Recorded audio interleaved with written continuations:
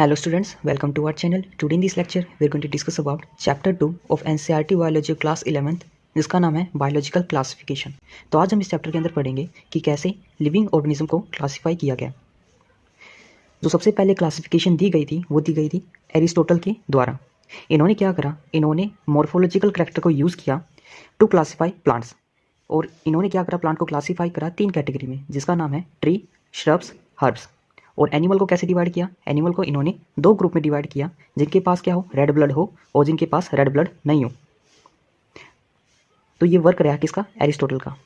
इसके बाद आता है लिनस। लिनस ने क्या करा, 2 किंगडम सिस्टम ऑफ क्लासिफिकेशन दिया।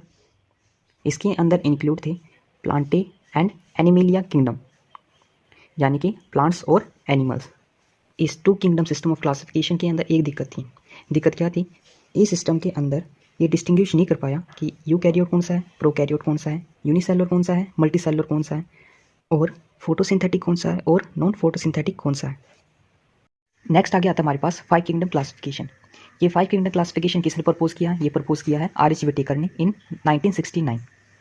अगर एग्जाम के अंदर क्वेश्चन आ जाए और पूछ ले कि 5 किंगडम क्लासिफिकेशन किसने दिया है, तो ये दिया है आर एच व्हिटेकर ने। आर एच व्हिटेकर ने क्या करा, ये 5 किंगडम को क्लासीफाई किया और उसको नाम दिया Monera, Protista, Fungi, Plantae and enemy. जो मेन क्राइटेरिया यूज़ किया क्लासिफिकेशन के लिए, उन्होंने क्या करा, उन्होंने देखा सेल स्ट्रक्चर को, थैलस ऑर्गेनाइजेशन को, मोड ऑफ न्यूट्रिशन कैसा है, रिप्रोडक्शन कैसा है, और फाइलोजेनेटिक रिलेशनशिप। ये क्या है, 5 किंगडम क्लासिफिकेशन सिस्टम की टेबल है, जिसके अंदर ये आपके 5 किंगडम है और ये आपकी कैरेक्टरिस्टिक्स हैं, जो कि कैरेक्टर यूज़ किए हैं आर एच व्हिटेकर ने। जो 5 किंगडम है, Monera, Protista, Fungi, Plantae, Animalia. और कैरेक्टर कौन कौन से हैं, cell type, cell wall, nuclear membrane, body organisation और मोड ऑफ न्यूट्रिशन। मोनेरा के अंदर सेल टाइप कैसा है, सेल टाइप यानी प्रोकैरियोट है या फिर यूकैरियोट है। तो मोनेरा के अंदर जो सेल टाइप है वो क्या है, प्रोकैरियोटिक है। और जो बाकी हैं प्रोटिस्टा, फंजाई, प्लांटे, एनिमिलिया, इनके अंदर क्या है, यूकैरियोटिक है। आगे है सेल वॉल। मोनेरा के अंदर सेल वॉल कैसी है, नॉन सेल्यूलोसिक है, यानी कि पॉलीसैकेराइड प्लस अमीनो एसिड से बनी हुई है। कुछ प्रोटिस्ट के अंदर जो सेल वॉल है वो प्रेजेंट रहती है। आगे है फंजाई। फंजाई के अंदर सेल वॉल प्रेजेंट रहती है, जो कि विदाउट सेल्यूलोस होती है।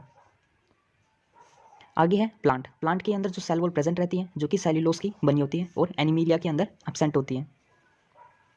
आगे है न्यूक्लियर मेम्ब्रेन। न्यूक्लियर मेम्ब्रेन केवल मोनेरा के अंदर एब्सेंट होती है, और बाकी प्रोटिस्टा, फंजाई, प्लांटे, एनिमिलिया, इनके अंदर क्या रहती है, प्रेजेंट रहती है। आगे आता है बॉडी ऑर्गेनाइजेशन। मोनेरा के अंदर बॉडी ऑर्गेनाइजेशन कैसी है, सेलुलर टाइप है। प्रोटिस्टा के अंदर भी सेलुलर टाइप है।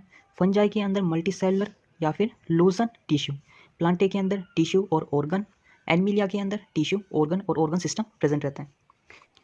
नेक्स्ट आ गया था हमारे पास मोड ऑफ न्यूट्रिशन। मोनेरा के अंदर मोड ऑफ न्यूट्रिशन कैसा है, ऑटोट्रोपिक है और हेटरोट्रोपिक है।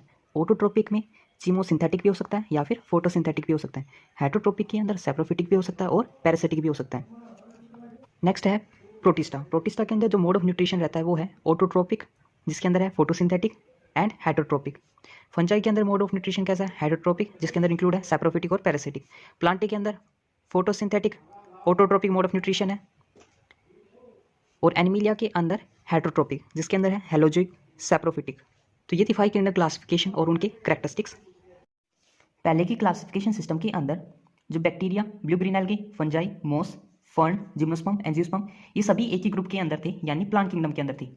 ऐसा क्यों था कि ये एक ही किंगडम के अंदर थे, क्योंकि सभी की सेल्स के अंदर क्या था, सेल वॉल प्रेजेंट थी। साथ ही में इनमें कुछ ऐसे भी थे जो कि क्या थे, प्रोकैरियोटिक बैक्टीरिया थे, ब्लू ग्रीन एल्गे थे और कुछ यूकैरियोट्स भी थे। साथ ही में इनमें कुछ यूनिसेलुलर ऑर्गेनिज्म भी थे और मल्टी सेलुलर ऑर्गेनिज्म भी थे, जैसे कि क्लेमाइडोमोनास और स्पाइरोकायरा, जो कि अब एल्गे के अंदर आते हैं। ये क्लासिफिकेशन डिफरेंशिएट नहीं कर पाया हेटरोट्रोपिक ग्रुप जैसे कि फंजाई और ऑटोट्रोपिक ग्रीन प्लांट्स में, क्योंकि इनमें भी एक कैरेक्टरिस्टिक डिफरेंस है सेल वॉल कंपोजिशन में। फंजाई के अंदर जो सेल वॉल है वो काइटिन की बनी हुई है, और जो ग्रीन प्लांट्स के अंदर सेल वॉल है वो सेल्यूलोस की बनी हुई है, यानी कि सेल्यूलोसिक सेल वॉल है। इन सभी कैरेक्टरिस्टिक्स को कंसीडर करते हुए फंजाई को अलग सेपरेट किंगडम के अंदर रखा गया, जिसका नाम है किंगडम फंजाई। और जितने भी प्रोकैरियोटिक ऑर्गेनिज्म हैं उनको अलग ग्रुप में रखा गया, जिसका नाम है किंगडम मोनेरा। यूनिसेलुलर यूकैरियोट्स को रखा गया किंगडम प्रोटिस्टा के अंदर। Kingdom protista has boat together Chlamydomonas and chlorella. जो क्लैमाइडोमोनास और क्लोरेला हैं, इनको प्लांट किंगडम के एल्गी ग्रुप के अंदर रखा गया, क्योंकि इनके पास क्या है, सेल वॉल है। और वहीं पैरामीशियम और अमीबा, जो कि पहले एनिमल किंगडम के अंदर आते थे, क्योंकि इनके अंदर सेल वॉल अब्सेंट होती थी, अब ये किंगडम प्रोटिस्टा के अंदर आते हैं। अब ऐसा हुआ क्यों, क्योंकि अब जो क्राइटेरिया है क्लासिफिकेशन के लिए वो अब चेंज हो गया है। ऐसे कुछ चेंजेस हमें फ्यूचर में भी देखने को मिल सकते हैं depending upon the improvement in our standing of characteristics and evolutionary relationship. So students, ये था हमारा part first of chapter biological classification. Next part में हम डिस्कस करेंगे किंगडम मोनेरा के बारे में और सभी इंपॉर्टेंट पॉइंट्स को देखेंगे। If you like the lecture then subscribe to my channel so that more and easy learning content I will provide you. Thank you.